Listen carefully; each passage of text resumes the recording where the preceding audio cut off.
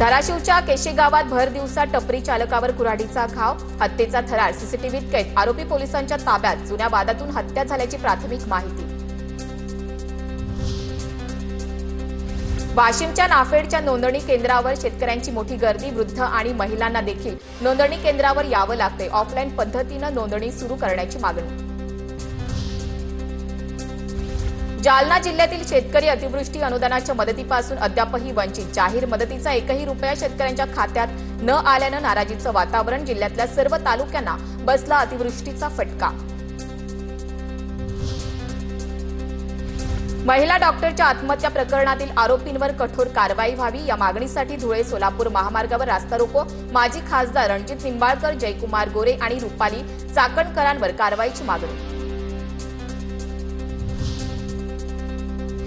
एन्काउंटरची वेळ का आली, स्पष्टीकरण द्यावं लागणार, अतिरिक्त मदत घटनास्थळी असताना पोलीस आत का गेले, ऑपरेशनमध्ये सामील झालेल्या पोलिसांना सुद्धा उत्तर द्यावं लागेल, सूत्रांची माहिती। 5वी सागरी मत्स्य गणना 3 नोव्हेंबरपासून सुरू केली जाणार, 12 लाख मच्छीमार कुटुंबासह मत्स्य गावांची नोंदणी होणार, 18 डिसेंबर 2025 पर्यंत जनगणना करण्यात येणार।